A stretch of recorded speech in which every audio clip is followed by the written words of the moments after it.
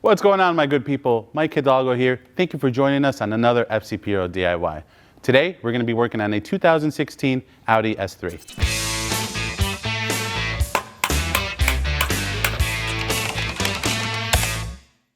Today on the S3 behind me, we're going to be covering how to change out your cabin air filter. This is going to be applicable to the S3 and A3 MQB chassis cars.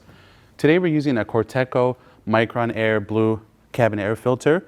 What's great about these is that they have an additional filtering element for bacterial purposes. To learn a little bit more about why this cabin air filter is so important, we made a video talking about that called The Air You Breathe. So please be sure to click on the link below in the description box to learn a little bit more about that. We recommend that you change this every 15 to 30,000 miles, 10,000 miles in extreme conditions. Now that we know what we're working with today, let's take a look at the tools we're going to need for this DIY. For this job, our main tool is going to be our hands, but some nice to haves are a small pick or flathead screwdriver, as well as a flashlight so you can see inside the glove box when you're getting your filter out.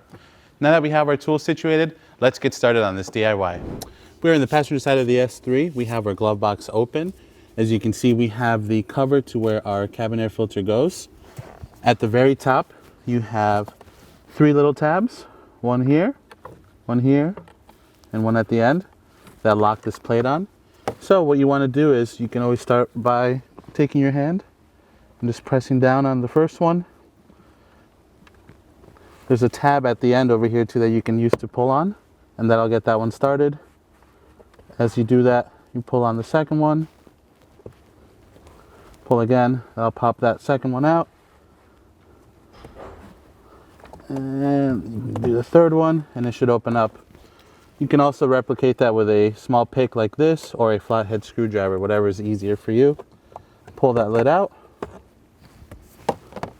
And then you'll see our cabin air filter. You'll see the 2 arrows that have the airflow arrows pointing down. So you want to make sure your new ones go in the same way. We're going to go ahead and pull this one out. With the old one out, we can go ahead and install our new one. You'll see the arrows will be pointing down, as well as the blue side of the filter will be facing down, just like that. Now we can go ahead and insert our cover back on. You'll see the arrow pointing down on that as well, on the center section there. Gonna make sure all 3 tabs are in. And boom, baby, that's it. And there you have it, my good people. Overall, a pretty straightforward job. As you can see, this old one wasn't too bad, but there's always a chance that there's going to be a lot of debris in here when you pull these out. So just be prepared for that. If you like this video, please be sure to give it a thumbs up. If you have any questions or comments on what we did today, leave them in the comment box below. And if you like this DIY and you want to see more like them, please consider subscribing. We make new ones all the time. As always, thank you for watching. We'll catch you in the next one.